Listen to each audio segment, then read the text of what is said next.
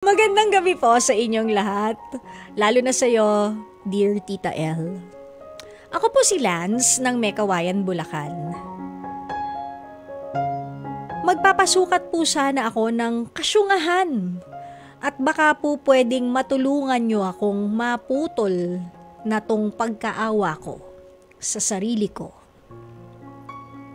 4 na taon na kami ng girlfriend ko, Tita L, pero cumulative po yun. Kasi sa loob ng 4 na taon, 3 beses na kaming naghihiwalay. Ang palaging dahilan, third party. Hindi po ako, kung hindi ang girlfriend ko ang laging may lalaki. Iyong huli, 2 years ago pa. Akala ko nung nagkabalikan kami, okay na. Mukhang nagbago na siya. Natauhan na yata. Naisip ko, baka natauhan na nga siya sa totoong nararamdaman niya para sa akin. Pero gaya nga ng sabi ko, akala ko lang ang lahat. Last week ko lang po nadiskubre na 2 months after nang huli kaming magbalikan, meron na naman pala siyang reserba. Ang kaibahan, naniniwala akong hindi ito basta reserba dahil hanggang ngayon, merong sila kasabay nang sa amin. At kung tutuusin, ito na rin ang lalaking pinakamatagal kong nakahati. Hindi ko masukat, Tita L, kung galit o umabot na ba ako ng puot yung nararamdaman ko nang malaman ko ang lahat ng ito. Pero may isang tanong na talagang bumabagabag sa isip ko. Bakit hindi na lang niya ako kaya tuluyang hiniwalayan 2 years ago? Baka sana ngayon, tanggap ko na ang lahat. Baka nga magaling na yung iniwan niya sa puso kong sugat. Gusto ko na po sanang tapusin na lang ang lahat. Kaya lang, buntis po siya. At sa totoo lang, Tita L, sana hindi po ako ang ama. Sobrang sakit po talaga kasi. Hanggang saan ko pa ba dapat hayaan ang relasyon ko sa kanya? Ayaw niya raw makipaghiwalay. Sigurado raw na ako ang tatay. Gulong-gulo na po ako pero malinaw pa rin naman sa isip ko na kung ako talaga ang tatay, papanagutan ko. Hanggang dito na lang po at maraming salamat, Lance ng Mekawayan. Lance ng Mekawayan. Natanong mo na ba tong girlfriend mo kung saan siya pinaglihi? Parang higad si ate. Babaeng higad, Mars! Ano ba yan? Nakakaloka ka naman. Pero Lance ng Mekawayan, doon tayo sa part na she said na sure siya na ikaw ang ama. Marami ng ways para malaman natin ang katotohanan. Pwede kang magpa-DNA test kapag nanganak na siya. Pero wag mo muna siyang pakasalan. Lalo na kung may infidelity involved. 'Di ba? Ngayon na nabuntis siya, ayaw ka na niyang hiwalayan, pero noong mga nakakaraang taon, kung makapanghigad siya, hindi mo maintindihan, kahit patakan mo ng kalamansi, nangangati pa rin. Ano yan? Hindi ba? Ha? Wala akong masabi kay ate. Ang ganda mo siguro. Ang ganda-ganda mo. Wala akong masabi, Mars. 'Di ba? So, yun nga. Huwag mo munang, eto ang payo ko sa'yo. Pero yes, I agree with you nung sinabi mong meron kang kasyungahan sa katawan. Oo. Yan, kino-confirm ko sa'yo. Syunga ka nga. Pero ang magandang parte, hindi ka pwedeng maging syunga naman forever. Yan ang magandang parte niyan. Okay? So, unahin natin. Doon tayo sa part na buntis siya, ikaw daw ang ama. 1. Kausapin mo muna ang mga magulang niya at ang mga magulang mo na ganito po kasi ang nangyayari sa relasyon namin.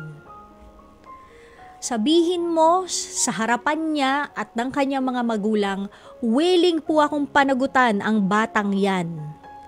Kung ako talaga ang tatay.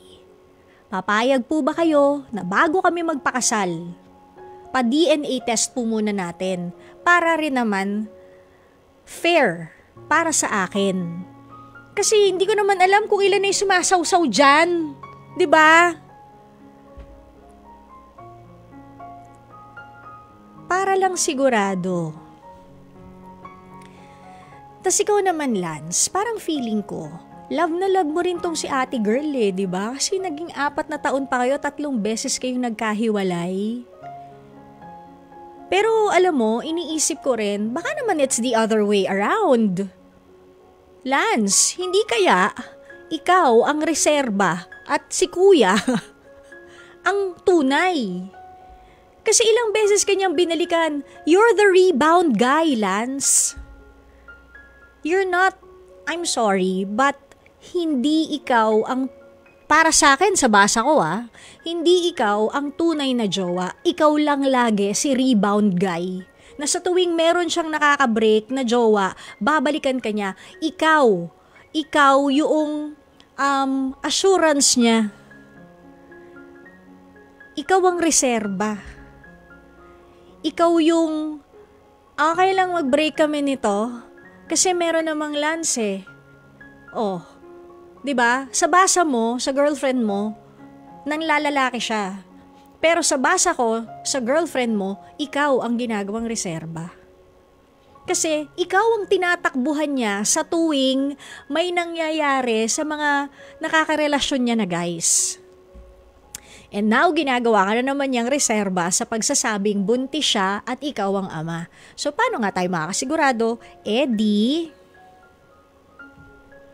ipa-DNA test natin. Siguro ang sakit na mapakinggan na ikaw yung reserba. Pero kasi ganun yung, basing on your story, ganun yung nababasa ko. And I'm sorry kung ako yung nagsabi sa'yo ng ganito, pero sabi mo nga, di ba, gusto mo na rin namang maputol ito. Sometimes, masakit talaga ang katotohanan. And sometimes, it takes other people to slap you with honesty in the face.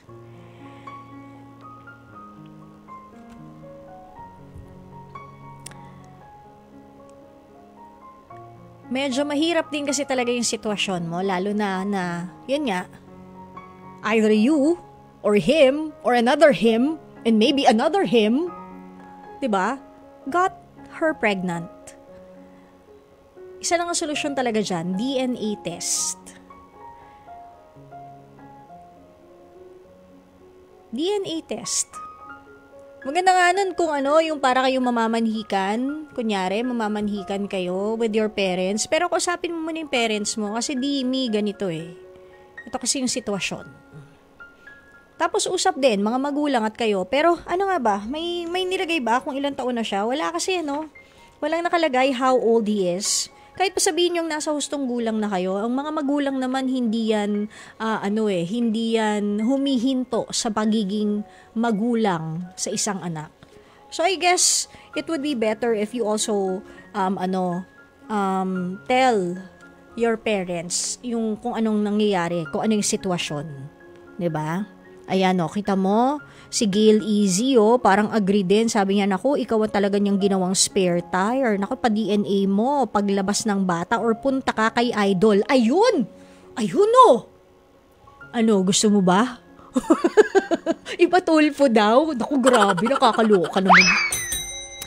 For a change, lalaki naman. 'Di ba? For a change. Pero yun nga, wag naman ganon. Kasi syempre, tandaan mo, hindi mo man anak yan, lalaki yan, and then eventually, mapapanood nyo yung video sa internet. So, ang pangit din, di ba?